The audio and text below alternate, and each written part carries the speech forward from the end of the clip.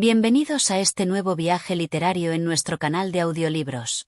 Si aún no lo has hecho, suscríbete, dale like a este vídeo si te gusta el contenido, y activa la campanita para que no te pierdas ninguna de nuestras próximas entregas.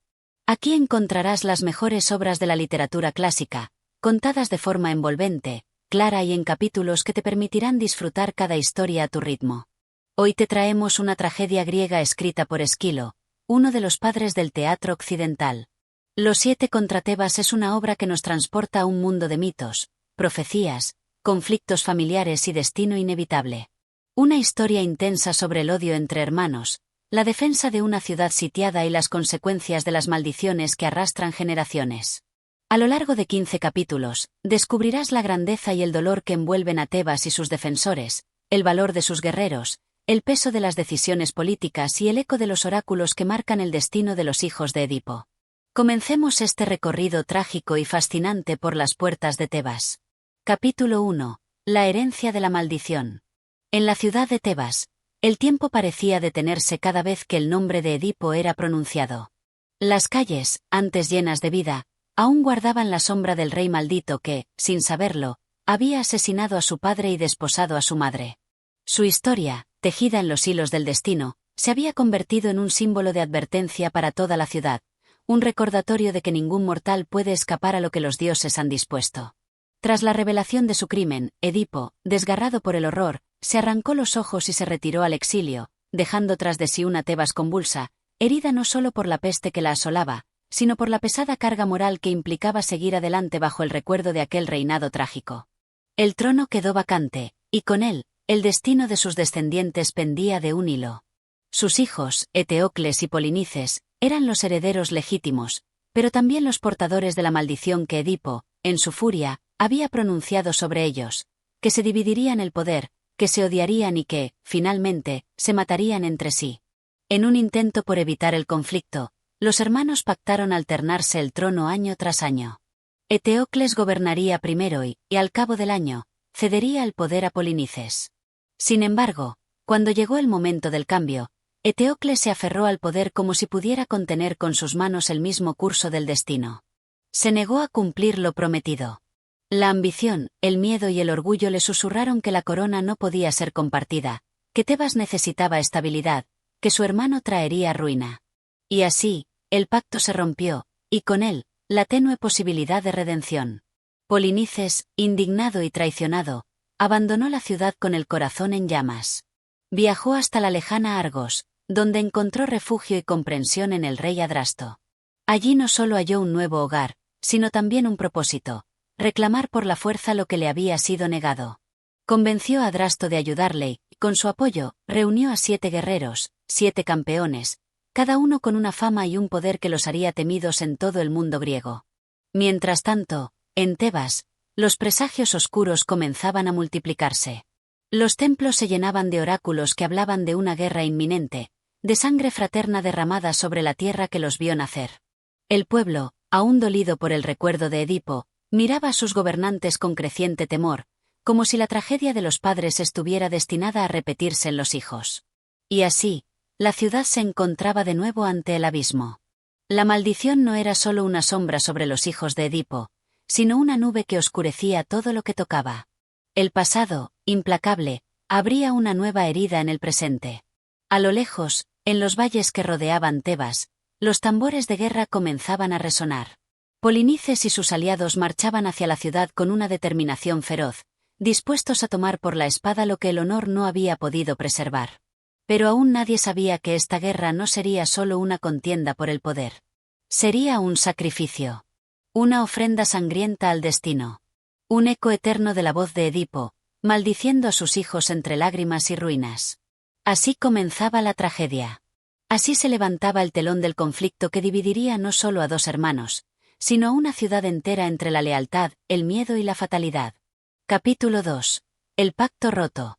En los días que siguieron a su exilio, Polinices recorrió caminos desconocidos, con la vergüenza y la ira como únicas compañeras. Había partido de Tebas no como un hijo de linaje real, sino como un paria, traicionado por su propio hermano y despojado del trono que legítimamente le pertenecía.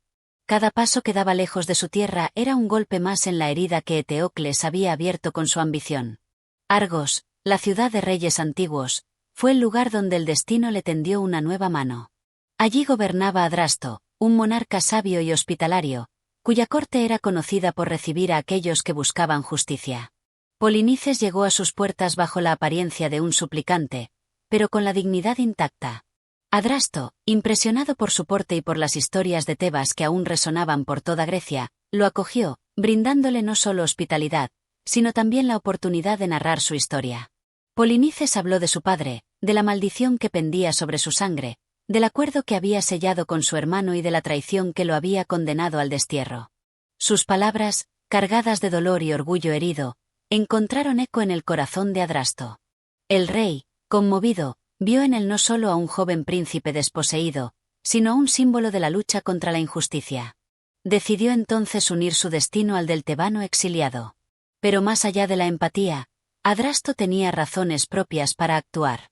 Su reino estaba en paz, pero sus súbditos, sus yernos y aliados, ansiaban gloria. Era una oportunidad para levantar ejércitos y encender la llama de una empresa que sería recordada por generaciones. Así, convocó a 7 campeones, los más valientes y renombrados guerreros de su tierra, para que acompañaran a Polinices en su cruzada. Cada uno de ellos sería asignado a una de las 7 puertas de Tebas, formando un cerco militar sin precedentes. El primero de estos hombres era Tidio, esposo de una de las hijas de Adrasto, pequeño en estatura pero de furia incontenible.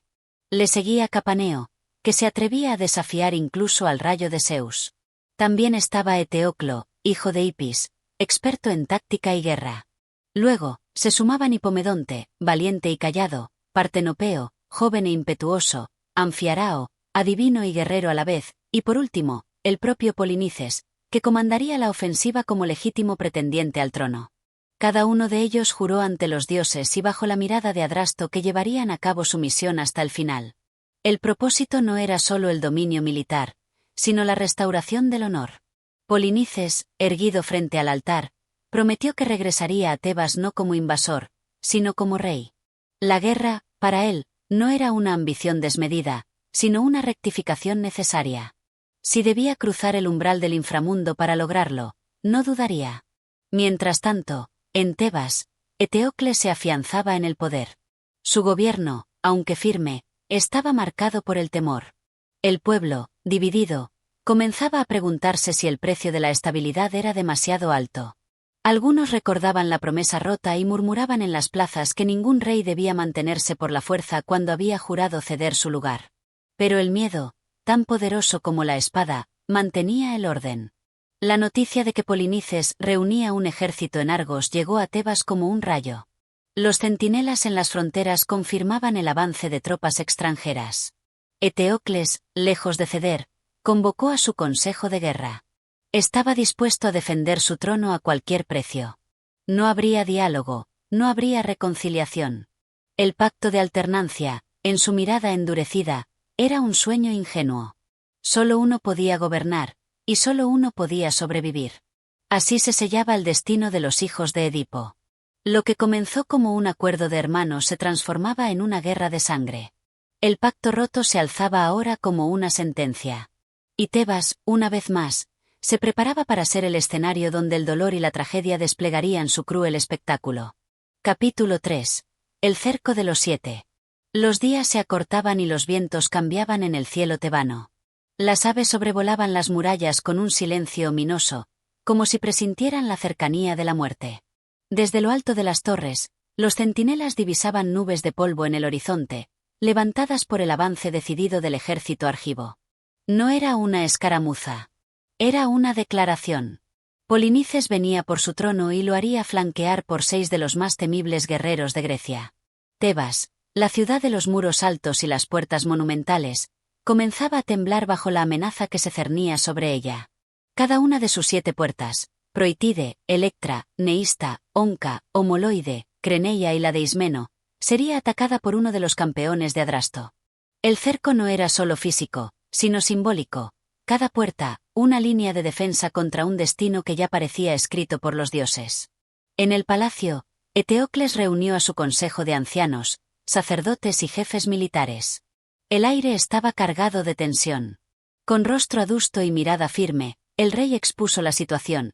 El enemigo se acercaba, y no se trataba de cualquier enemigo, sino de su propio hermano. Las palabras que siguieron fueron breves pero contundentes. No había espacio para la duda ni para la misericordia. Tebas debía resistir, y él se pondría al frente de esa defensa. Pero no todos en el consejo compartían su determinación. El anciano coro de ciudadanos, portador de la memoria y la tradición, temía por el destino de la ciudad. Imploraban prudencia, buscaban alternativas, ansiaban evitar la guerra fratricida. ¿Cómo podía Tebas, ya mancillada por el pasado de Edipo, soportar el horror de ver a sus hijos destruyéndose entre sí? Eteocles escuchaba, pero su espíritu estaba endurecido. Para él, Polinices no era más que un traidor, un extranjero que venía con ejércitos enemigos a profanar la tierra que lo vio nacer. No había posibilidad de reconciliación. Los lazos de sangre se habían roto desde el momento en que su hermano eligió aliarse con otras ciudades para invadir la suya. No quedaba más que el enfrentamiento. Mientras tanto, el ejército de Argos se acercaba. En su campamento, los 7 campeones se preparaban para la batalla. Cada uno de ellos portaba un escudo adornado con símbolos poderosos, casi desafiantes ante los ojos de los dioses. Capaneo llevaba la imagen de un hombre subiendo por una escala a las murallas, gritando que ni el rayo de Zeus lo detendría. Partenopeo, joven y altivo, mostraba una esfinge derrotada bajo su lanza. Tidio, fiero y pequeño, se jactaba de su furia implacable. Y Polinices, en el centro de todos ellos, blandía su escudo con el emblema de la justicia, convencido de que su causa era justa. Cada uno sería asignado a una puerta distinta. No era solo una estrategia militar, sino una puesta en escena del destino. Como si los dioses hubieran distribuido a sus peones en un tablero trágico, cada guerrero representaba una fuerza de la destrucción inevitable. Los ciudadanos de Tebas, atrapados en medio del conflicto, oscilaban entre la esperanza y el pánico. Algunos alzaban plegarias en los templos, invocando a Atenea, a Apolo, a Zeus, para que protegieran la ciudad. Otros, resignados, comenzaban a prepararse para el asedio, reforzando las puertas, acumulando víveres, entrenando a los jóvenes. El aire olía a sudor, miedo y metal. Eteocles, en una reunión íntima con sus generales, ordenó que se designara un defensor para cada puerta, igualando así a los campeones invasores. Sabía que la fuerza no bastaba, debían enfrentarse al mismo nivel de valor y habilidad. Pero en lo profundo de su alma, algo más oscuro lo consumía. No era solo la defensa de la ciudad lo que lo movía, sino el deseo de enfrentar cara a cara a su hermano. Sentía que el destino no quedaría satisfecho hasta que uno de los dos cayera ante el otro. Y mientras los cuernos de guerra comenzaban a sonar en la distancia, una última quietud cubrió la ciudad. Como si el tiempo mismo se hubiera detenido para tomar aire antes del primer grito, antes del primer choque de acero, antes del comienzo del fin. El cerco estaba formado. Las piezas estaban en su sitio. Y el destino, inquebrantable, esperaba con los brazos abiertos a los hijos de Edipo. Capítulo 4. Los heraldos de la guerra. El alba se alzó sobre Tebas con un silencio que oprimía el pecho, como si la tierra misma contuviera la respiración. Las calles estaban desiertas, y detrás de cada ventana se asomaban ojos llenos de temor. No era un día cualquiera. No era solo un enfrentamiento. Era el día en que la sangre de los labdácidas, esa estirpe maldita desde tiempos del Ayo, volvería a manchar la tierra. Antes del primer toque de cuerno, antes del movimiento de tropas, llegaron los heraldos. Enviados por Polinices, vestidos con túnicas oscuras y llevando báculos como símbolo de paz, avanzaron por el camino que conducía a la ciudad. Su misión no era otra que la de exponer la última exigencia del ejército de Argos, la restitución inmediata del trono a Polinices, tal como se había acordado entre los hermanos. No venían con amenazas, pero su sola presencia era una sombra alargada que anunciaba el desastre si se rechazaba su petición. Los soldados tebanos los escoltaron hasta el palacio, donde Eteocles los recibió con gesto impenetrable. El mayor de los hermanos estaba de pie, rodeado de su guardia, con la mirada clavada en los emisarios como si quisiera leer en sus rostros el final de esta historia. «Habla», ordenó con voz seca. El heraldo principal dio un paso al frente. Su tono era mesurado, pero su presencia imponía. «En nombre de Polinices, Reclamó el trono por derecho, recordó el pacto sellado entre los dos hermanos y denunció la traición del actual rey. Habló también de los dioses, de la justicia que los hombres deben preservar y del infortunio que siempre persigue a quienes rompen sus juramentos. Eteocles los escuchó sin interrumpirlos. Ni una palabra se escapó de sus labios, ni un gesto reveló lo que pensaba. Cuando el heraldo calló, el silencio volvió a apoderarse del recinto. Finalmente, el rey habló. Tebas no se doblega ante amenazas disfrazadas de justicia, dijo con tono firme. No devuelvo tronos por temor, ni acepto órdenes de un hermano que se alió con extranjeros para derramar sangre tebana. Dile a Polinices que si quiere su corona, tendrá que venir por ella. Pero que sepa también que no encontrará un hermano en las murallas, sino un enemigo. El heraldo, con solemnidad, asintió. No hubo súplica, no hubo ruegos. Ellos también sabían que ya no había lugar para la reconciliación.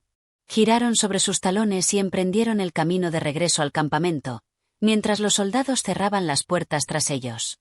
Una vez fuera, el rumor de su negativa comenzó a propagarse como fuego entre los soldados de Argos. Los hombres afilaron sus armas, los jinetes prepararon sus caballos, y los generales reunieron a sus tropas. El campamento cobró vida en cuestión de minutos. Las tiendas se desarmaban, las órdenes volaban, los estandartes se alzaban al viento. Era el preludio del caos. En Tebas, Eteocles también actuaba. Convocó a sus capitanes, asignó a cada uno la puerta que debía defender.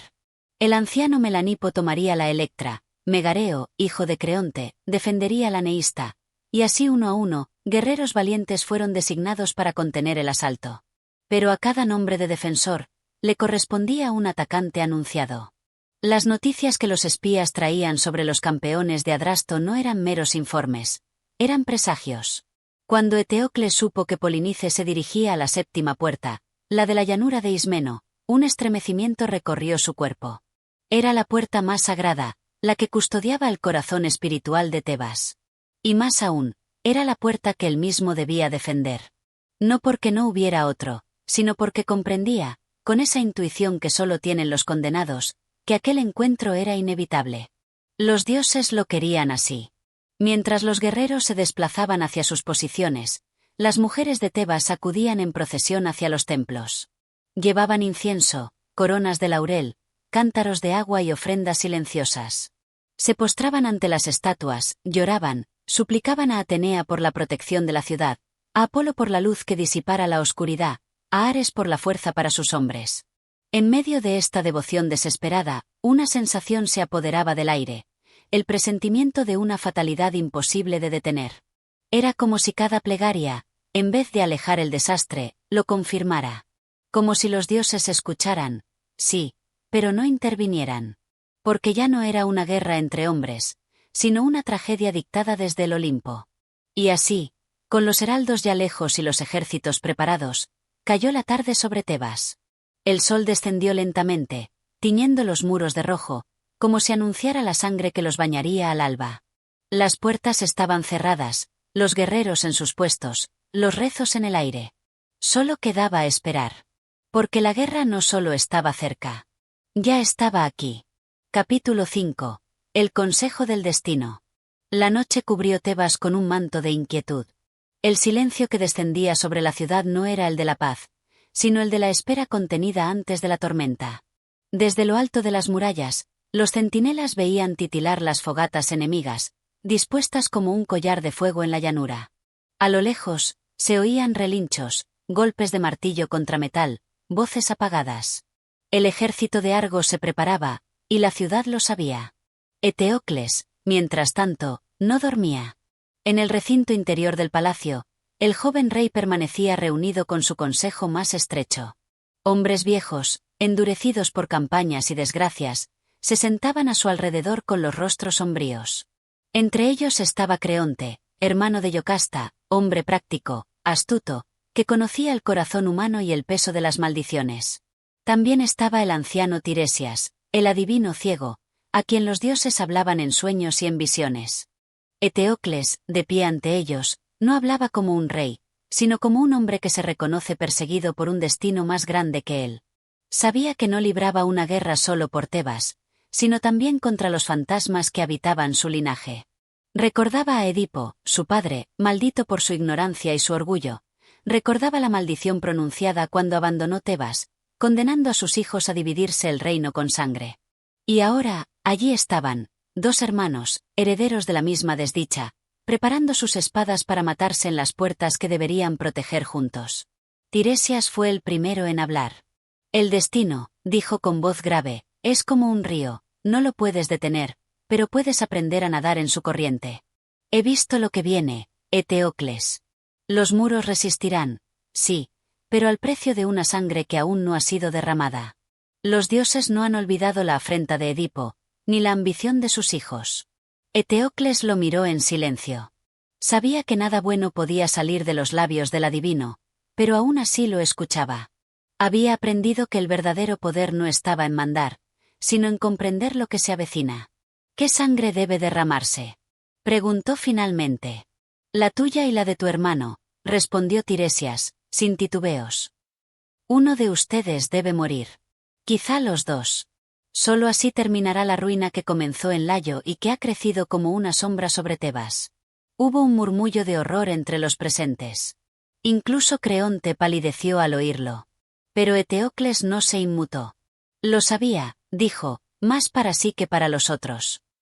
Desde que partimos el trono en años alternos, supe que esto no acabaría en palabras. Entonces Creonte intervino, buscando aún una salida.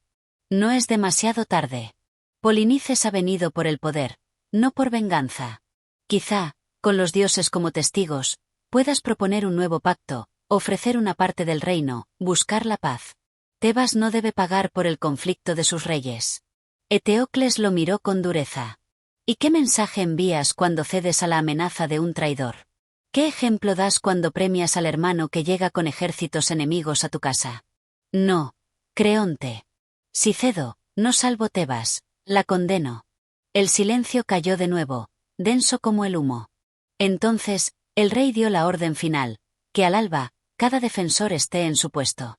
Que se refuercen los muros, que se distribuyan las armas, que los ciudadanos estén preparados.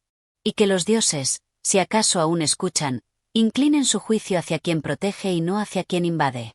Antes de retirarse, Eteocles se acercó a Tiresias, y en voz baja, como si hablara con el propio destino, le preguntó: ¿Moriremos los dos? El anciano adivino inclinó la cabeza. Morirán, sí. Pero el alma que muera sin odio será la que los dioses reclamen con mayor clemencia. Ya no hubo más palabras. Solo pasos en la piedra. Eteocles salió al patio, alzó los ojos hacia el cielo oscuro, donde ninguna estrella se atrevía a brillar. Por un momento, pareció un muchacho perdido bajo el peso de un mundo que no eligió.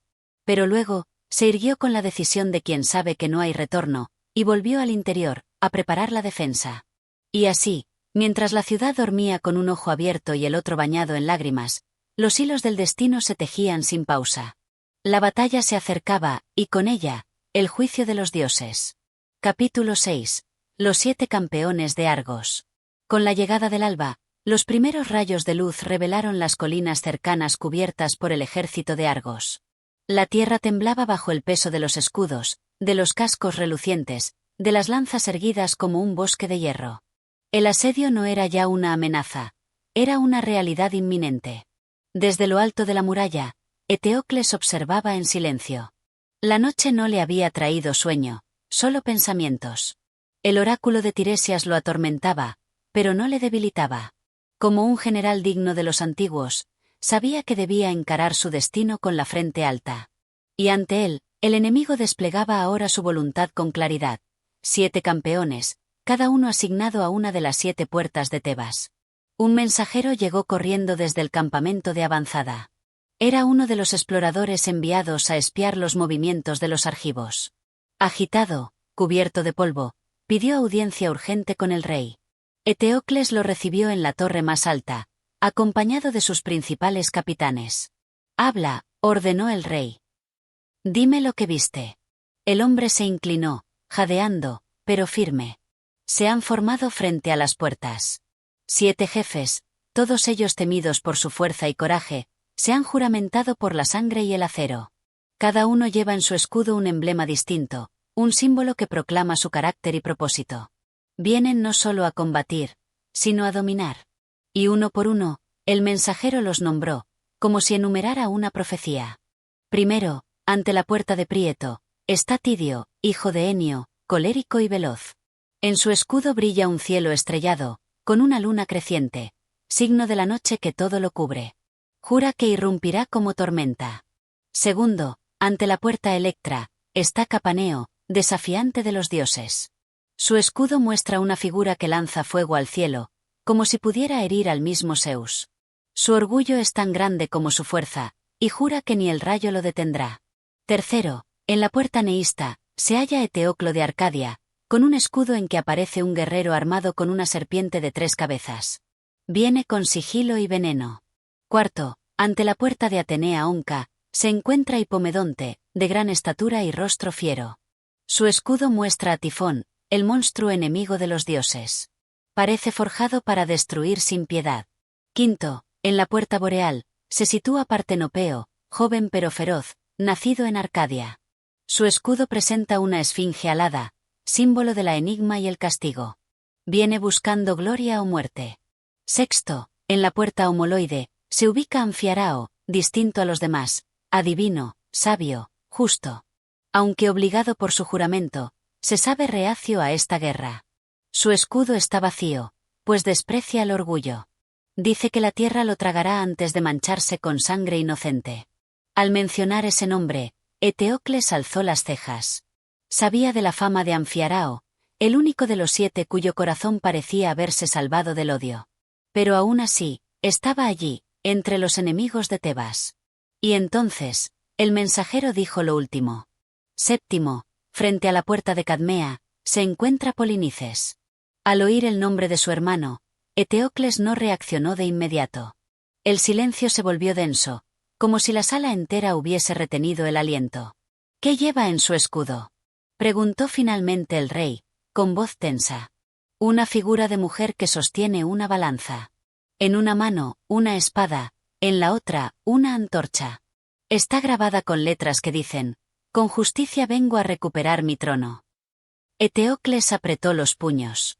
Las palabras de su hermano eran un desafío a su autoridad, pero también una acusación directa. Decía venir con justicia, como si el crimen fuera del que defendía a Tebas, no del que la amenazaba. Así sea, dijo el rey, tras un largo silencio. Si él se atreve a presentarse ante las puertas de nuestra ciudad, seré yo quien lo enfrente. Tebas no caerá en manos del exiliado. El destino ha dispuesto que los hijos de Edipo se encuentren, y yo no retrocederé. Los capitanes asintieron. La resolución del rey era clara: si el destino exigía sangre, él mismo ofrecería la suya por su ciudad. En cada puerta se desplegaría un defensor tebano, igual de valiente, igual de resuelto. Y Eteocles, con la firmeza de quien ya ha sido tocado por la tragedia, se preparó para tomar su lugar en la puerta de Cadmea, frente a su propio hermano. La guerra ya no era entre ciudades. Era entre lazos rotos, entre juramentos incumplidos, entre hijos de una misma madre maldecidos por la historia. Y mientras las lanzas relucían al sol, los tambores de ambos bandos resonaban como latidos del destino. Capítulo 7. Tebas resiste. Las campanas de Tebas sonaron por toda la ciudad, no como anuncio de celebración, sino como toque de alarma. Los ciudadanos se congregaban en las plazas, las mujeres tomaban a sus hijos y buscaban refugio, los ancianos se asomaban desde los templos con los rostros arrugados por la angustia. El asedio había comenzado, y cada casa, cada piedra de la muralla, sentía el peso de la amenaza argiva. En el palacio, las doncellas y sacerdotisas, guiadas por Antígona e Ismene, hermanas de los reyes, se afanaban en encender los altares, en elevar cánticos y súplicas a los dioses. Los templos de Atenea, Ares y Zeus se cubrían de incienso, y el murmullo de las oraciones se alzaba como un coro que buscaba alcanzar el cielo nublado. Las mujeres imploraban protección, no solo por la ciudad, sino por sus maridos, sus hijos, sus hermanos que luchaban ya en las murallas. Eteocles, vestido con la armadura negra de los reyes tebanos, caminaba decidido por los pasadizos que llevaban a las 7 puertas. Había asignado a sus hombres con cuidado, como piezas sobre un tablero sagrado, a cada enemigo, un defensor digno. Tideo hallará su igual en Melanipo, noble entre los nobles, decía a su comandante. Que su cólera lo enfrente a la prudencia. Capaneo será detenido por Polifonte, hombre fiel a los dioses, para que el orgullo no atraviese el muro por la blasfemia. Eteoclo de Arcadia será enfrentado por Megareo, hijo de Creonte, quien luchará con la dignidad del linaje real. Hipomedonte tendrá ante sí a Hiperbío, resistente como las piedras de nuestra ciudad. Partenopeo hallará en Actor a un veterano sabio, para que el ímpetu juvenil no quiebre la balanza de la guerra. Anfiarao será enfrentado por Lásteo, valeroso y noble, aunque más que espada contra espada, será una batalla de voluntades. Eteocles reservaba para sí el último encuentro, el más doloroso, se plantaría ante la puerta de Cadmea para enfrentar a Polinices. El pueblo lo sabía, y aunque el rey no hablaba de ello con voz elevada, todos comprendían el sacrificio implícito. Era más que un combate, era el destino que se manifestaba. Mientras tanto, los tambores del ejército argivo resonaban por fuera de las murallas. Las huestes se dividían y marchaban hacia cada una de las 7 entradas. El choque era inevitable. En cada puerta, se alzaban los escudos, se templaban los arcos, se enfilaban las lanzas. La tensión era densa como el humo de los sacrificios. Y entonces, al unísono, se oyó el grito de guerra. Desde la puerta de Prieto, el fragor fue el primero en estallar. Tideo cargó como un rayo, pero Melanipo le resistió con habilidad, desviando sus golpes con escudo y lanza, sin dejarse arrastrar por su furia. Desde las almenas, los tebanos lanzaban piedras, aceite hirviente, flechas. La ciudad respondía con ferocidad. En la puerta Electra, Capaneo avanzó con una furia desmedida. Gritaba que ni los dioses podrían detenerlo. Ya había comenzado a escalar con una escalera de asalto cuando un trueno partió el cielo. Un rayo descendió como juicio divino y lo fulminó ante los ojos de todos. El terror se apoderó de los suyos. Zeus, el protector de Tebas, hablaba con fuego. En las demás puertas, el combate era cerrado, sangriento. La ciudad parecía resistir con el alma entera, como si los muros respiraran. Las mujeres desde los techos no solo rezaban, tejían vendas, preparaban agua, cantaban a los héroes que luchaban abajo. Tebas era una sola criatura herida pero desafiante. Los augures, al ver el cielo, murmuraban que el destino no estaba aún escrito del todo, pero una nube pesada cubría el corazón de todos. La guerra no solo sería decidida por el acero, sino por lo que los dioses habían dispuesto en su invisible consejo. Eteocles subió finalmente a las almenas de la puerta de Cadmea. Allí, a lo lejos, vio acercarse a Polinices. Su hermano. Su reflejo. Su enemigo. Ambos descendientes de Edipo, ambos herederos de una maldición antigua como la sangre. Los ojos de Eteocles no mostraban odio, sino resolución. Entendía, quizá mejor que todos, que esa lucha era el clímax de un designio que venía de más atrás que sus propias decisiones. Con voz serena, habló a sus capitanes. No me lloréis aún. Haced lo que os corresponde. Yo haré lo que dicta mi deber. Y sin esperar respuesta, bajó por las escaleras, envuelto en su capa, como un mártir que camina hacia el altar. En el campo frente a la puerta, Polinices aguardaba, con su escudo de la balanza y la espada. Ambos sabían que el siguiente capítulo no sería escrito por la historia, sino por el destino. Capítulo 8. El duelo de los hermanos. El campo que se extendía frente a la puerta Cadmea se volvió un escenario sagrado. El clamor de las espadas, el estrépito de los escudos y el alarido de los hombres quedaban lejos, silenciados por una tensión que envolvía solo a 2 figuras, Eteocles y Polinices. Nadie más se atrevía a interponerse. Era el instante en que la sangre maldita de Edipo se alzaba contra sí misma, como si la tierra de Tebas debiera purgar con ese sacrificio las culpas antiguas de su linaje. Los hermanos se contemplaron desde la distancia con una mezcla de furia contenida y resignación. No hubo insultos. No hubo gritos. Solo el peso de una decisión inevitable. Ambos sabían que no había vuelta atrás.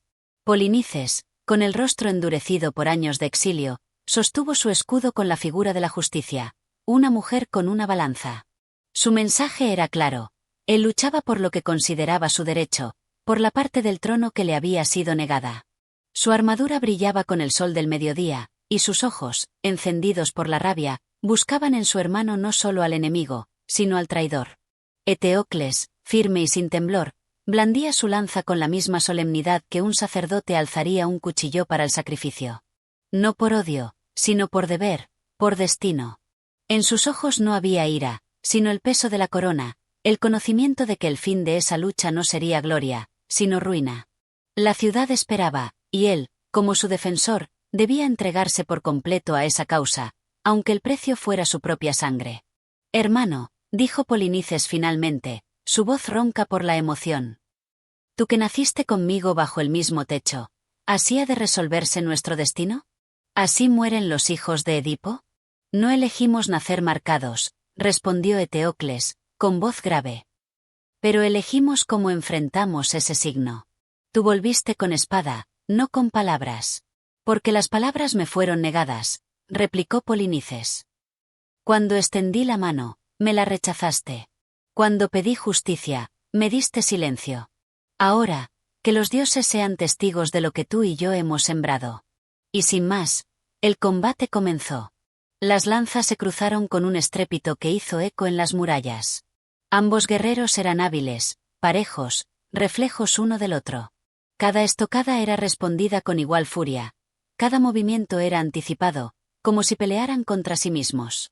La tierra se teñía con gotas de sangre, y el polvo se elevaba como un velo entre ellos. El tiempo parecía detenerse. Los soldados de ambas partes se mantenían a distancia, en un círculo silencioso. Nadie gritaba, nadie intervenía. Era un duelo sagrado, entre hermanos, entre reyes, entre voluntades. Polinices logró herir a Eteocles en el costado, y un murmullo recorrió las filas tebanas. Pero el rey no cayó. Con un rugido profundo, como el de un león herido, se lanzó hacia su hermano con renovada energía. La lanza de Eteocles atravesó el pecho de Polinices, y por un instante, pareció que el combate había terminado. Pero en un acto final de fuerza desesperada, Polinices hundió su espada en el vientre de Eteocles, quien cayó junto a él. Ambos cuerpos yacían sobre la tierra, entrelazados en la muerte como lo estuvieron en la vida. La sangre de uno se mezclaba con la del otro, formando un río rojo que corría hacia las piedras de Tebas. La maldición de Edipo se había consumado, los hijos se habían destruido entre sí, cumpliendo el designio inexorable de los dioses. El silencio era absoluto. Solo el viento murmuraba entre las lanzas y los estandartes. Tebas había resistido, sí, pero a un precio terrible. Los centinelas bajaron la cabeza. Las mujeres en los templos dejaron caer sus manos. Los ancianos cubrieron sus rostros. Antígona, al llegar al lugar, vio a sus hermanos caídos. No gritó. No lloró. Solo se arrodilló junto a ellos y tocó sus rostros, aún tibios. Comprendía que la tragedia de su linaje aún no había terminado. Los heraldos corrieron hacia el palacio con la noticia. Las trompetas sonaron con tono fúnebre. Tebas no celebraba la victoria. Lloraba a sus muertos. Y en especial, a los hermanos que el destino, en su cruel equilibrio, había condenado a morir el uno por el otro. Capítulo 9. La tristeza de Tebas. El sol ya comenzaba a descender en el horizonte, tiñendo de oro pálido las piedras de la ciudad. Sin embargo, para los habitantes de Tebas, no había luz en su mundo. La tarde se había visto opacada por el final de la batalla, pero lo que realmente había caído no era solo el sol, sino el corazón de la ciudad misma. No importaba la victoria, ni las puertas defendidas, ni los enemigos caídos. La verdadera derrota estaba marcada en las almas de los tebanos, en los ojos de las mujeres que aún aguardaban en los templos, en el pecho de los padres que buscaban a sus hijos en el campo de batalla. Tebas, en su orgullo ancestral, había resistido la embestida de los argivos, pero lo que nadie esperaba era que la mayor herida no vendría de fuera, sino de dentro. La ciudad había quedado huérfana de sus dos hijos más grandes, Eteocles y Polinices. La tragedia de Edipo, esa maldición terrible que parecía seguir a la familia de los labdácidas, se había cumplido en su forma más cruel. Los hermanos, los reyes, los defensores de la patria, yacían muertos en el suelo, entrelazados en un abrazo mortal. Antígona, la hermana mayor, caminaba entre los escombros. Su vestido, normalmente radiante, ahora estaba empapado en polvo y lágrimas. Nadie se atrevía a acercarse a ella. Sabían que las palabras eran inútiles, que el dolor que cargaba era tan grande que no podía ser compartido ni comprendido por aquellos que la rodeaban. Las murallas de Tebas, que habían resistido el peso de la guerra, no podían sostener el alma de una hermana rota por la pérdida. Antígona se acercó a los cuerpos de Eteocles y Polinices, y, sin decir palabra, se arrodilló junto a ellos. Las mujeres de la ciudad, que la observaban desde las sombras, callaban. Nadie osaba interrumpir el solemne dolor de una hermana que veía cómo la muerte no solo se llevaba a sus seres más queridos, sino que destrozaba la esperanza misma de la ciudad. La ceremonia fúnebre, que en otro tiempo habría sido majestuosa y llena de respeto, se desmoronó ante la magnitud de la tragedia. La ciudad no cantaba himnos de victoria, sino cánticos de lamento. El sacerdote de Zeus, cuyo rostro se había vuelto gris por el sufrimiento, levantó las manos al cielo y ofreció una plegaria, pero su voz se quebró. No había respuesta. Los dioses parecían haberse retirado, indiferentes al sufrimiento humano. Mientras tanto, Ismene, la hermana más joven, observaba en silencio. Su corazón también estaba marcado por el dolor, pero, a diferencia de Antígona, en ella no ardía el mismo fervor. No comprendía el destino que había empujado a sus hermanos a la guerra. No entendía cómo el amor entre ellos se había transformado en odio, cómo los lazos sanguíneos habían sido quebrados por la espada. Antígona, dijo con voz suave, acercándose, ¿qué haremos ahora? ¿Qué quedará de nosotros, de Tebas, si hemos perdido a los hombres que debían guiarnos? Antígona, mirando los cuerpos de los reyes caídos, respondió con una calma sombría. Nada quedará de Tebas. La ciudad puede resistir las invasiones, puede proteger sus puertas, pero nunca podrá sanar esta herida. Los dioses nos han dado la oportunidad de defender nuestras murallas, pero han tomado todo lo que amábamos. Ya no hay victoria, solo vacío. Ismene, incapaz de procesar completamente el alcance de las palabras de su hermana, suspiró profundamente. Sabía que Antígona tenía razón, pero aún había algo dentro de ella que se negaba a aceptar el fin de todo. Aún no comprendía que el precio de la guerra no solo se mide por las batallas ganadas o perdidas, sino por las almas rotas que quedan atrás. La noche descendió lentamente sobre Tebas, y con ella, el silencio. El último vestigio de luz se extinguió en el horizonte, dejando que las sombras cubrieran la ciudad. En el aire se sentía el peso de la tragedia, como un manto que envolvía cada calle, cada rincón, cada piedra. Ya no era el murmullo de las oraciones lo que se oía, sino el lamento de las mujeres y los niños que lloraban a sus padres, a sus hermanos, a sus esposos, a sus hijos. Eteocles y Polinices, en su lucha final, habían dejado atrás un legado de ruina. La ciudad que una vez estuvo llena de gloria ahora respiraba con la cadencia de un pueblo que había perdido su alma. Antígona, observando las estrellas, susurró una última plegaria. No era para los dioses. Era para los hombres que habían muerto, para los hermanos que se habían matado el uno al otro, para la ciudad que ya no existía más que en los recuerdos. Y en su corazón, un fuego se encendió, uno que quemaba con la necesidad de darles a los muertos la dignidad que les había sido arrebatada. Que los dioses me perdonen, dijo en voz baja. Haré lo que debo hacer. Si nadie más va a honrarlos, yo lo haré. Ismene, viéndola alejarse, no pudo evitar preguntar. ¿Qué harás, hermana? Antígona no respondió de inmediato. Miró hacia el horizonte, donde las sombras ya se alzaban como una niebla espesa, y con una determinación silenciosa, se alejó, dejando atrás las ruinas de un reino que alguna vez fue fuerte. Capítulo 10. La decisión de Antígona. La ciudad de Tebas se encontraba envuelta en un pesado manto de silencio y dolor. La luz de la luna bañaba las calles desiertas, sus sombras largas y frías se deslizaban sobre los cuerpos inertes que aún quedaban en el campo de batalla, entrelazados con el eco de una guerra que parecía no haber terminado, aunque la lucha física ya se hubiera desvanecido. La victoria de Tebas había sido una victoria vacía, sin gloria, sin triunfos reales. Las murallas se mantenían firmes, pero el corazón de la ciudad estaba roto, vacío. Antígona caminaba sola, con paso firme, su rostro marcado por la tristeza, pero también por una determinación creciente que brotaba de lo más profundo de su ser. La visión de sus hermanos caídos seguía grabada en su mente. La muerte de Eteocles y Polinices no era solo la muerte de los guerreros que habían luchado por el trono, sino la muerte de los sueños de Tebas, de su linaje, de la esperanza misma de una ciudad que había sido desgarrada por la sangre de los suyos. Pero lo que más pesaba en su alma, lo que no podía abandonar ni siquiera en el dolor, era el destino de sus hermanos.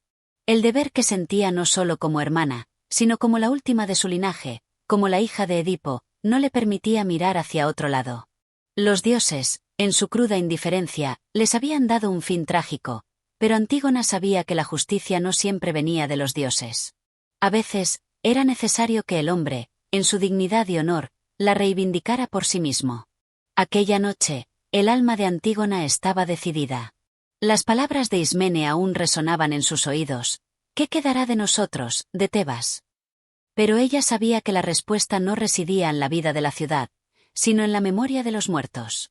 Los muertos, aunque caídos, merecían respeto, y si nadie más lo hacía, ella misma los honraría. Era una decisión peligrosa, y lo sabía. El edicto del rey Creonte, su tío, había sido claro: los cuerpos de los traidores no debían recibir sepultura. Polinices, el hermano que había regresado para reclamar lo que consideraba su derecho, yacía en el campo como un animal, sin más que la muerte por compañía. Según Creonte, aquel que lo intentara enterrar, incluso a riesgo de su vida, sería castigado sin misericordia. Pero para Antígona, esa ley era solo una más de las injusticias que la humanidad debía desafiar. ¿Qué significaba la ley si no estaba basada en la justicia, si no reconocía los vínculos sagrados de la sangre, del amor fraternal?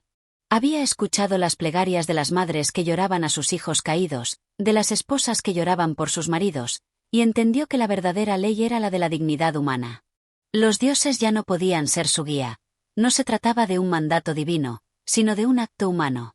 Al llegar al campo donde sus hermanos yacían, el viento, frío y cortante, la saludó como si fuera un presagio.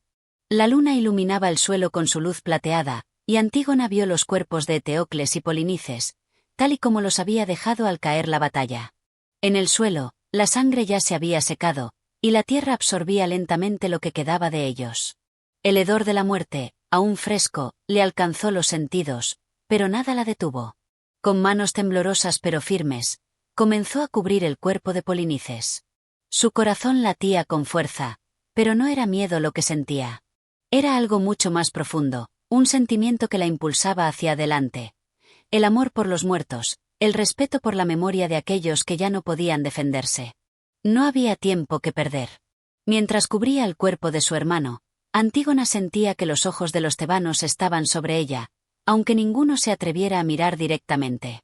Sabía que las patrullas de guardias, al igual que los vigilantes de Creonte, rondaban cerca.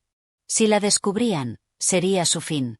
La ciudad que aún lloraba la muerte de los hermanos no aceptaría más tragedia. Y, sin embargo, el miedo no la detuvo. Eteocles también yacía allí, la otra mitad de la moneda que era la maldición de los labdácidas. El hermano que había defendido Tebas con la misma ferocidad que Polinices había intentado destruirla. Pero ahora, ambos estaban igualados ante la muerte, y ninguno de los dos merecía la indignidad de ser dejado a merced de los animales o de la tierra. Antígona lo sabía, y sin importar la tiranía de Creonte, comenzó también a cubrirlo, a darle la sepultura que los dioses, al parecer, no podían ofrecer. Cuando terminó su tarea, se apartó un paso atrás y miró la obra que había realizado. Una ligera brisa movió las piedras caídas, y Antígona sintió que un peso comenzaba a levantarse de su alma. Sabía que no estaba sola en su acto, que de alguna forma, la memoria de sus hermanos vivía en ella, y que ese era el acto final de amor que les debía. No quedaba más que esperar el castigo. Y lo aceptaría, si era necesario, con la misma determinación con la que había actuado. En la distancia, los gritos de los guardias comenzaron a hacerse más cercanos. Antígona sabía que el tiempo se agotaba. Con una mirada desafiante hacia las estrellas que se asomaban tímidamente en el cielo nocturno, dio un último suspiro profundo y comenzó a caminar hacia la ciudad, dejando atrás el campo, los cuerpos y el deber cumplido. Su corazón, aunque pesado por el dolor y la pena, estaba en paz. Había hecho lo correcto. Capítulo 11. El castigo de Antígona. La ciudad de Tebas parecía estar suspendida en un profundo sopor, como si el peso de la tragedia aún no hubiera caído por completo sobre ella. Las murallas, testigos silenciosos de la lucha y la muerte, se alzaban imponentes, pero ahora parecían vacías de propósito, como si la esperanza se hubiera desvanecido junto con los últimos alientos de los héroes caídos. La victoria era tan solo una sombra del pasado, y el eco de la guerra aún resonaba en los pasillos vacíos de los templos y palacios. El amanecer, que generalmente traía consigo una nueva oportunidad, esta vez no fue portador de ningún alivio. Al contrario, su luz dorada solo iluminaba el sufrimiento y el dolor de los tebanos que caminaban entre las ruinas de su propia ciudad, buscando a sus seres queridos, pero sin poder encontrarlos. La ciudad estaba marcada por el silencio, y el silencio era la prueba más cruel de la ausencia de lo que una vez fue grande. Antígona había regresado a la ciudad, su misión cumplida, y sin embargo, la paz que había encontrado en su acción estaba llena de un precio insoportable. El destino de los muertos se había sellado, pero su propio destino estaba marcado por la furia de su tío, Creonte. Sabía que no tardaría mucho en ser descubierta. Su acto de desobedecer el edicto del rey no podía permanecer en las sombras por mucho tiempo. Y así, mientras el sol comenzaba a ascender, trayendo consigo las primeras luces del día, los guardias de Creonte ya se encontraban en las calles, buscando a la transgresora. Fue en el amanecer del segundo día después de la batalla cuando el descubrimiento se produjo. Los guardias, que recorrían la ciudad en busca de señales de desobediencia, encontraron el lugar donde Antígona había enterrado a sus hermanos. La escena que descubrieron fue tan solemne y callada que, por un momento, dudaron. Los cuerpos de Eteocles y Polinices estaban cuidadosamente cubiertos, las piedras dispuestas de manera que indicaban respeto y reverencia, no solo por la muerte, sino por los lazos familiares que los unían. Pero pronto la realidad se impuso, y con ella llegó la ira. Los soldados regresaron rápidamente al palacio de Creonte, llevando con ellos la noticia de lo que había ocurrido. El rey, que había estado esperando este momento, reaccionó con una furia fría y calculada. Aunque la ley había sido violada de manera flagrante, su enojo no solo se dirigía a la desobediencia de Antígona, sino a lo que consideraba un desafío directo a su autoridad. Para Creonte, la ley no podía ser subyugada por ningún vínculo humano, ni siquiera por el amor familiar. «Antígona», exclamó, mientras se levantaba de su trono, la rabia visible en sus ojos. La audacia de esta mujer no tiene límites. No es solo una transgresión contra la ley, es un insulto a mi gobierno, un desafío que no puedo permitir. El rey convocó a sus consejeros, quienes, aunque temerosos, comprendían la gravedad del acto. Ninguno de ellos se atrevió a contradecirlo. La ley de Creonte era clara, y el castigo debía ser ejemplar. Antígona, al haber desafiado su mandato, debía pagar con su vida. En las afueras de la ciudad, Antígona, ajena aún a la noticia de su descubrimiento, había regresado a su hogar. Se sentó en la quietud de su habitación, contemplando la imagen de sus hermanos que, en su mente, parecían aún vivos, como si la separación de la muerte fuera algo pasajero. Había cumplido con su deber, y aunque sabía que el precio sería alto, no se arrepentía. Sentía que su acción había restablecido un orden natural, un orden que los dioses, aunque indiferentes, quizás aún comprendieran. Pero la paz que había hallado solo duró unos momentos. El sonido de los pasos de los guardias acercándose la sacó de su ensueño. No hubo tiempo para escapar, ni para ocultarse. Los soldados irrumpieron en su habitación con una severidad que la hizo entender al instante lo que había ocurrido. Había sido capturada. «Antígona», dijo uno de los guardias, su voz vacía de emoción, «el rey Creonte te llama. Ha sido arrestada por desobedecer su edicto». No hubo sorpresa ni incredulidad en sus ojos. Antígona sabía que este momento llegaría. Se levantó con una dignidad que parecía desafiar la realidad de su situación. Aunque las manos de los soldados la sujetaban con fuerza, ella caminó con paso firme, como si estuviera marchando hacia la muerte misma con una serenidad que solo los héroes de la tragedia poseen. La llegada de Antígona ante Creonte fue como una confrontación entre dos fuerzas inevitables. El rey, sentado en su trono, la miró fijamente. Su rostro era una máscara de ira contenida, pero también de una firmeza absoluta. «Antígona», dijo Creonte, su voz profunda y severa, «¿por qué desobedeciste la ley? ¿Por qué desafiaste mi edicto, sabiendo lo que te esperaba?» Antígona, sin mostrar temor alguno, lo miró directamente a los ojos. «Rey Creonte, el mandato que me diste no era una ley justa.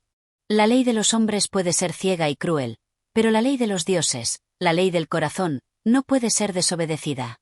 Si morir por cumplir con los designios divinos es mi destino, lo acepto. Pero mi deber como hermana no es algo que pueda ser arrebatado por ninguna autoridad». Creonte, al escuchar estas palabras, sintió una mezcla de furia y respeto por la valentía de Antígona. Sin embargo, Su autoridad no podía ser cuestionada, y sabía que permitir una excepción solo abriría la puerta a más caos. Has elegido tu destino, Antígona, dijo, su voz helada como el viento de invierno. No serás perdonada. Tu destino es la muerte. La sentencia fue pronunciada, y el peso de la condena cayó sobre Antígona como una sombra implacable. Ella, sin embargo, no mostró arrepentimiento. Al contrario, aceptaba el sacrificio, consciente de que había cumplido con su deber, más allá de la ley y del reino de los hombres. Capítulo 12. El enfrentamiento final. La ciudad de Tebas continuaba siendo el escenario de una tragedia que parecía no tener fin. El sol, como siempre, ascendía al cielo, pero no traía consigo ninguna promesa de esperanza. La sombra de la muerte ya se había cernido sobre los hermanos de Antígona, y ahora ella misma, la heroína desafiante, la hermana fiel, estaba destinada a un destino igualmente cruel. En las calles de la ciudad, los murmullos de la gente se escuchaban entrelazados con la ansiedad y el miedo. Los ciudadanos de Tebas, divididos entre el respeto por la ley y la admiración por el coraje de Antígona, veían el castigo como una inevitabilidad, una pena que debía cumplirse para asegurar la estabilidad de la ciudad. Pero, en lo más profundo de sus corazones, muchos comprendían que la verdadera injusticia estaba siendo cometida.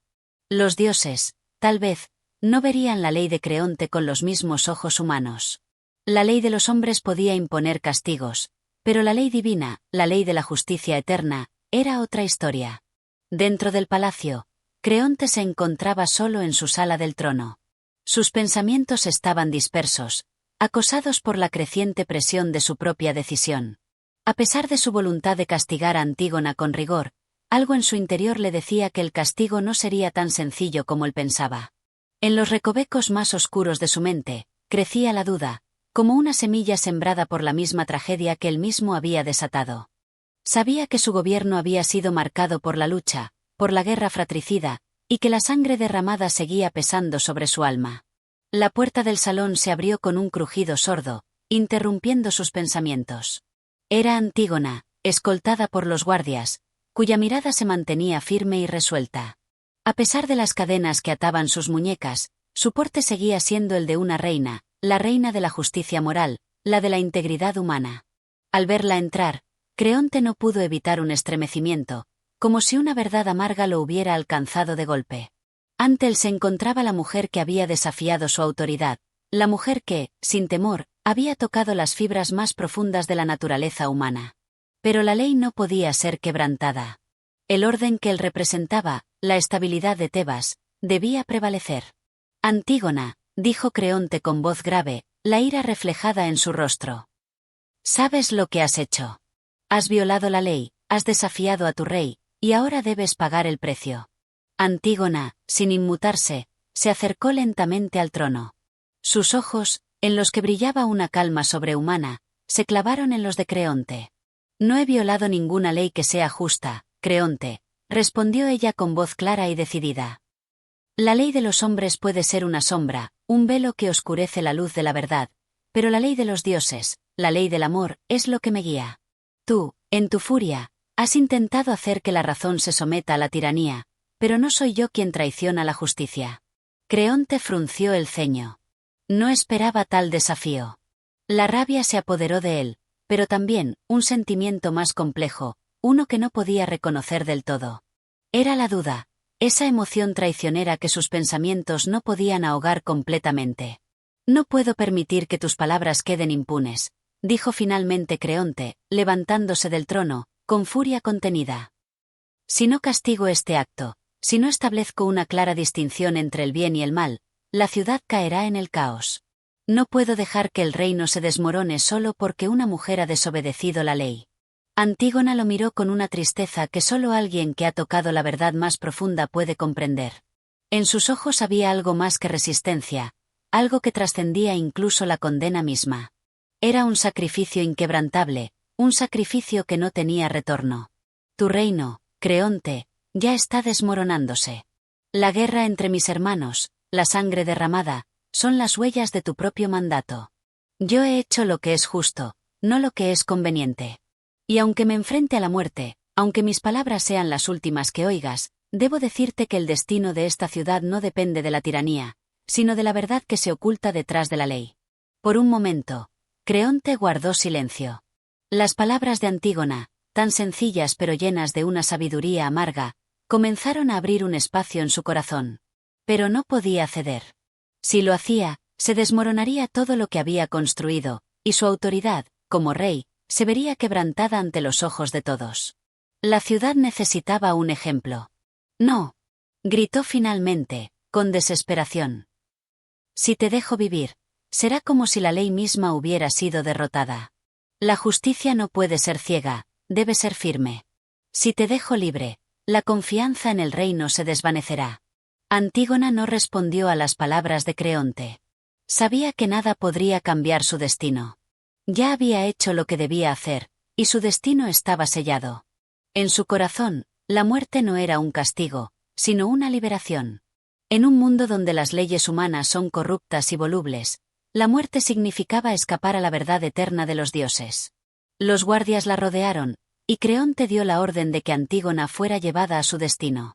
La tristeza que se reflejaba en su rostro solo era comparable a la profundidad de su sacrificio, y la indiferencia de su tío no logró borrar la sensación de que la verdadera tragedia, más allá de la ejecución de la ley, era que la justicia divina nunca se sometería a la tiranía de un hombre. Y así, Antígona marchó, con la cabeza alta, hacia el destino que los dioses le habían deparado. Su sacrificio sería recordado, como un faro de verdad en un mundo sumido en la oscuridad de la corrupción y la desesperación. Capítulo 13. La muerte de Antígona. La ciudad de Tebas, aquella que había sido fundada sobre la promesa de grandeza y orden, se encontraba ahora al borde de un abismo, uno que no podía ser deshecho. La noticia de la condena de Antígona se había esparcido rápidamente por cada rincón, y aunque los ecos de su desobediencia resonaban en los muros de la ciudad, su destino era ineludible. Las palabras de Creonte, frías y dictadas por la necesidad de mantener el control, ya no podían ser desechadas. El castigo debía cumplirse. La joven hermana, cuyo corazón había latido al ritmo de un amor que trascendía la vida misma, fue conducida por los pasillos del palacio, rodeada por los guardias. No había lágrimas en sus ojos. No había miedo. Solo un silencio profundo, como si su alma estuviera completamente en paz, se reflejaba en su rostro. Había hecho lo correcto, y en su interior ya no existía conflicto. La justicia que ella había buscado no dependía del veredicto de un hombre, sino del juicio eterno de los dioses. En el patio del palacio, el sol comenzaba a descender hacia el horizonte, tiñendo el cielo de una luz rojiza, como si la misma naturaleza lamentara lo que estaba por suceder. Los murmullos del pueblo se escuchaban a lo lejos, como una sinfonía apagada de voces temerosas y curiosas. Muchos ya sabían lo que se avecinaba. La ejecución de Antígona no solo representaba la caída de una mujer valiente, sino también la prueba final de la tiranía de Creonte. Antígona fue llevada hasta la entrada del campo de ejecución, un lugar que había sido preparado en silencio, como un telón de fondo para la tragedia que ya estaba escrita. Los guardias la custodiaban, pero ella caminaba con la cabeza erguida, como si estuviera atravesando no un terreno de condena, sino una especie de santuario donde la verdad, finalmente, le daría la paz. En el fondo, Creonte observaba desde su cámara privada, donde su rostro mostraba una mezcla de enojo y culpabilidad. Sabía que la justicia dictada por él era necesaria, pero también sentía que algo más grande que él mismo lo había arrastrado hacia ese desenlace. El peso de la decisión lo atormentaba, pero no podía ceder. No podía mostrar debilidad ante su pueblo. El orden de la ciudad debía mantenerse, sin importar el costo. Así se lo había prometido a los dioses. Mientras tanto, los ojos de Antígona estaban fijos en el horizonte, como si quisiera desafiar hasta el último aliento de su vida. La muerte, en su mente, no era un final, sino una transición hacia algo más grande. Había honrado a su hermano, había desafiado la injusticia, y, de alguna manera, en su corazón, sabía que su sacrificio abriría los ojos de aquellos que venían detrás. Aquellos que seguirían las huellas que ella había dejado, aquellos que se alzarían contra las injusticias del mundo, no por venganza, sino por amor y fidelidad a los principios más profundos de la vida. Los guardias, sin emoción en sus rostros, se acercaron a ella y la empujaron hacia la estructura que había sido erigida para su ejecución. Antígona no resistió. Su caminar, lento y firme, era el reflejo de una fuerza interna que ninguna amenaza humana podía doblegar. Frente a ella, El verdugo la miraba con una calma inquietante. La espada descansaba en su mano, lista para cumplir con el mandato de la ley del rey. Pero, en el aire, algo parecía vacilar. Tal vez era la sombra de la duda, que, aunque invisible, estaba presente en cada respiración. Antígona, dijo uno de los guardias, con una voz que se rompió ligeramente, quizás tocado por la serena dignidad de la joven. ¿Alguna última palabra antes de cumplir con tu destino? Antígona lo miró fijamente, con una serenidad que parecía sobrehumana. Y, aunque sus labios se movieron lentamente, lo que dijo fue claro y resonante, como un eco de una verdad profunda que ninguna autoridad podría apagar. No temo a la muerte, respondió, con firmeza. He hecho lo que debía hacer, y ahora el juicio está en manos de los dioses. No soy yo quien debe temer. Son los que actúan con injusticia quienes deben temer. El verdugo no dijo nada más. Sin un gesto de compasión ni de resentimiento, levantó la espada y la bajó con una precisión mortal. El sonido del metal cortando el aire fue el único testigo de ese último momento. El cuerpo de Antígona cayó al suelo con un suspiro, pero su espíritu, en ese instante, parecía elevarse por encima de la ciudad, como una estrella fugaz cruzando el firmamento. Los murmullos de la multitud se alzaron como un viento frío que atravesaba las paredes de Tebas. Algunos lloraban, otros callaban, mientras otros aún trataban de comprender la magnitud del sacrificio que acababan de presenciar. Sin embargo, entre los que aún quedaban de pie, había un susurro, una semilla de resistencia que comenzaba a germinar. Creonte, al enterarse de la muerte de Antígona, se sintió vacío. La ciudad aún permanecía en pie, pero él sentía que algo irreparable se había roto. Había matado a una mujer, pero también había matado una parte de sí mismo. En su intento por preservar el orden, había destruido la única verdad que realmente importaba, la justicia que no puede ser dictada por un hombre, sino por los dioses. El eco de la muerte de Antígona resonaría mucho más allá de las murallas de Tebas.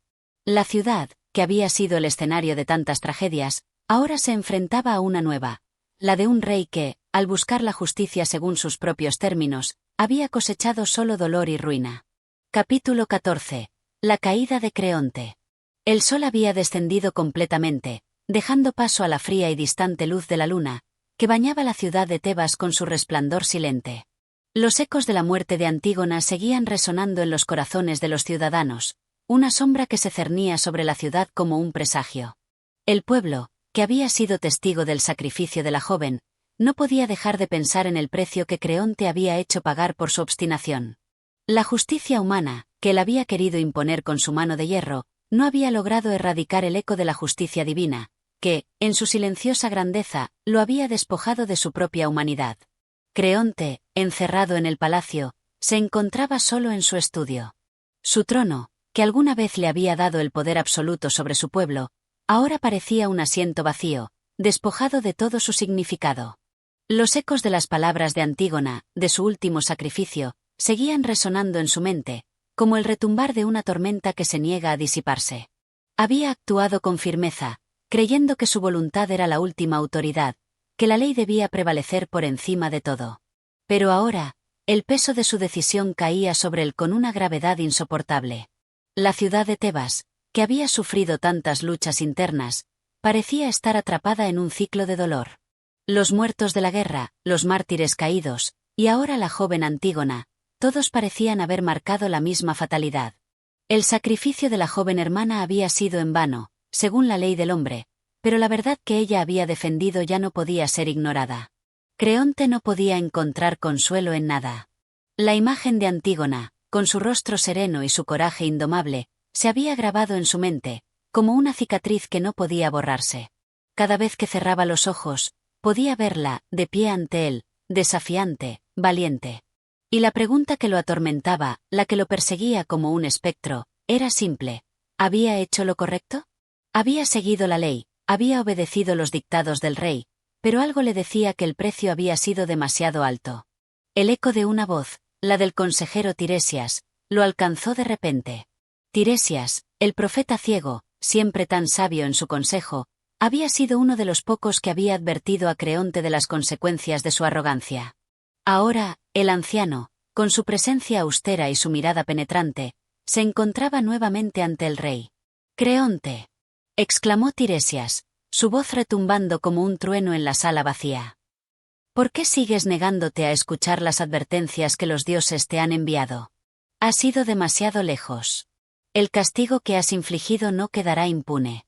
Creonte levantó la mirada hacia Tiresias, como si lo despertara de un sueño del que no podía escapar. Su rostro estaba marcado por la angustia, pero la obstinación seguía siendo fuerte en su pecho. No podía rendirse, no podía admitir que su gobierno se había basado en la mentira, en la imposición de una ley que ya no podía sostenerse.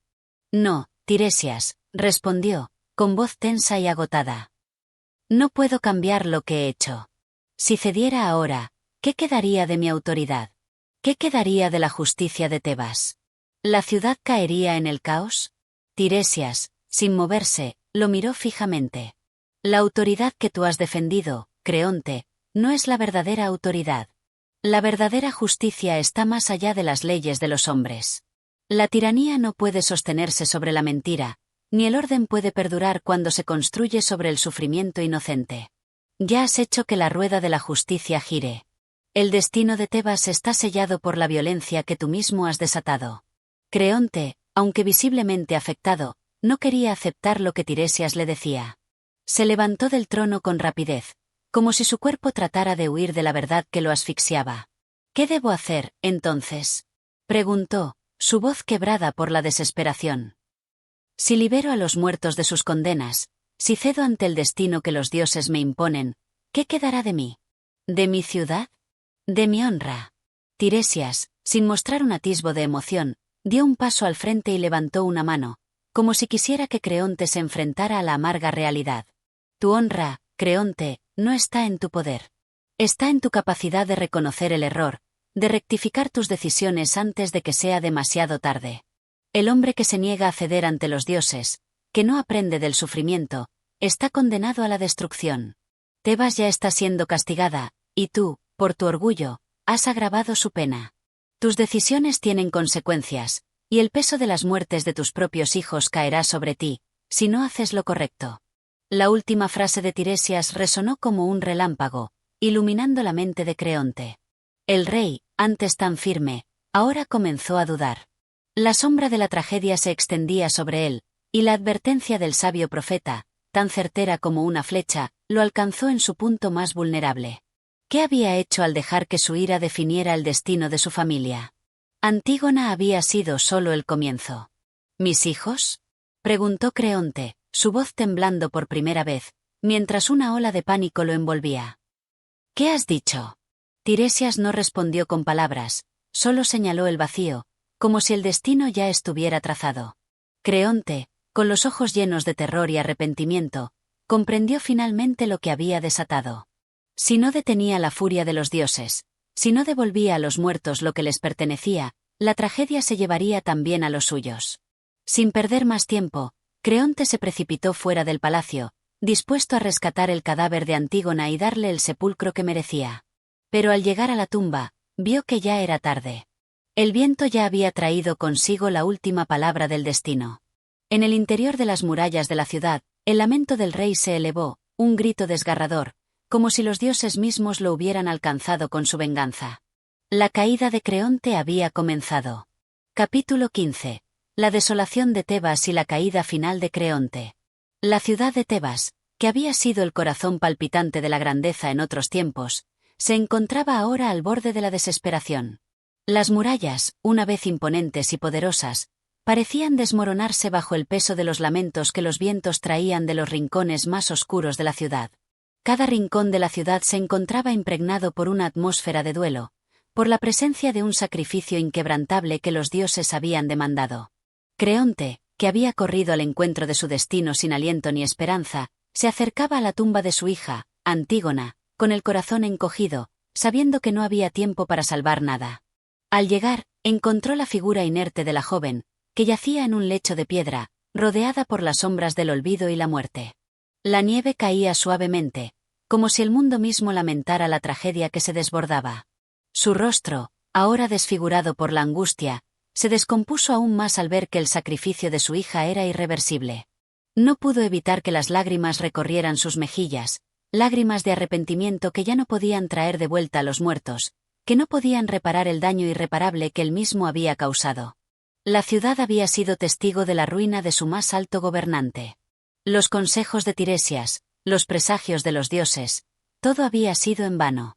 Creonte se había negado a escuchar, confiando ciegamente en su propia capacidad para hacer justicia, pero la justicia de los dioses era implacable, y su voluntad no podía ser ignorada.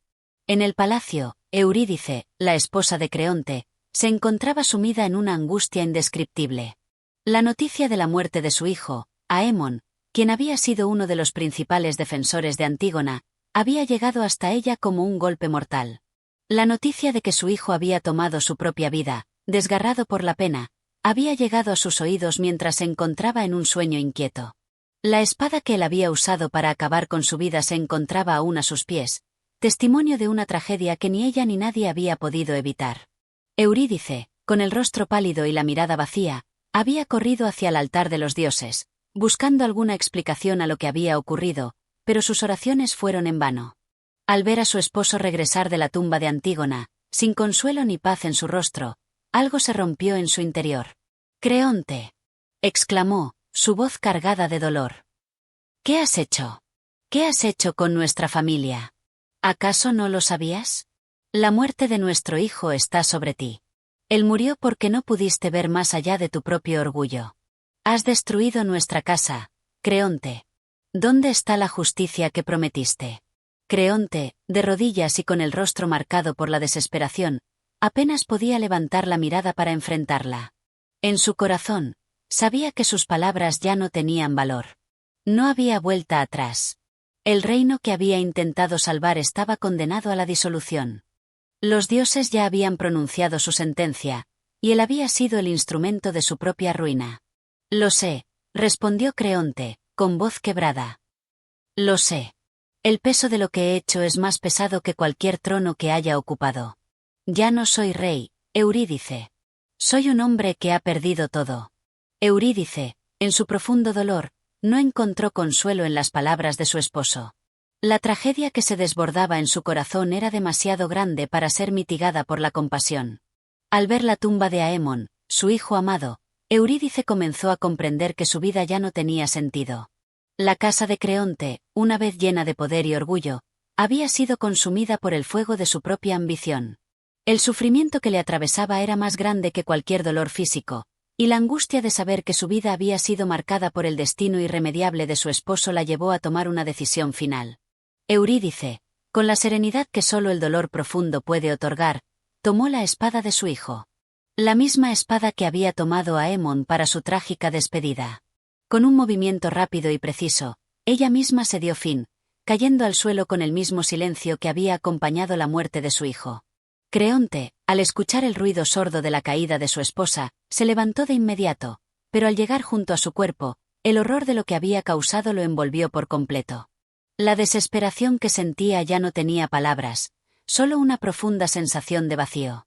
Se encontraba en el centro de la devastación, rodeado por los ecos de las voces de los muertos, del sufrimiento de su pueblo, y la verdad de la caída de su propia familia. El peso de los dioses que habían castigado su injusticia caía sobre sus hombros como una piedra aplastante. En su mente, Creonte, que había sido un hombre de autoridad, ya no era más que un hombre derrotado. La ciudad de Tebas se desmoronaba a su alrededor, y el trono que había intentado proteger ya no le pertenecía. Lo único que quedaba era la desolación. No quedaban aliados, no quedaban victorias. Solo quedaban las ruinas de un hombre que había creído que podía desafiar el destino.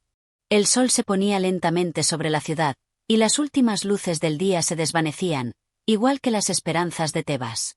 La rueda de la justicia se había cerrado, y Creonte, atrapado en su propio error, era el último testigo de la tragedia. El rey que había desafiado a los dioses, que había intentado imponer su voluntad por encima del orden divino, estaba solo. La ciudad estaba perdida, y con ella, su alma. Con este capítulo, se completa la tragedia de Creonte y el destino de Tebas se consume. Y así, la tragedia de Tebas llega a su fin, un recordatorio de las consecuencias inevitables de desafiar el destino. Si te ha gustado esta narración, no olvides suscribirte al canal, darle me gusta y activar la campanita de notificaciones para más relatos como este. Gracias por acompañarnos en este viaje literario.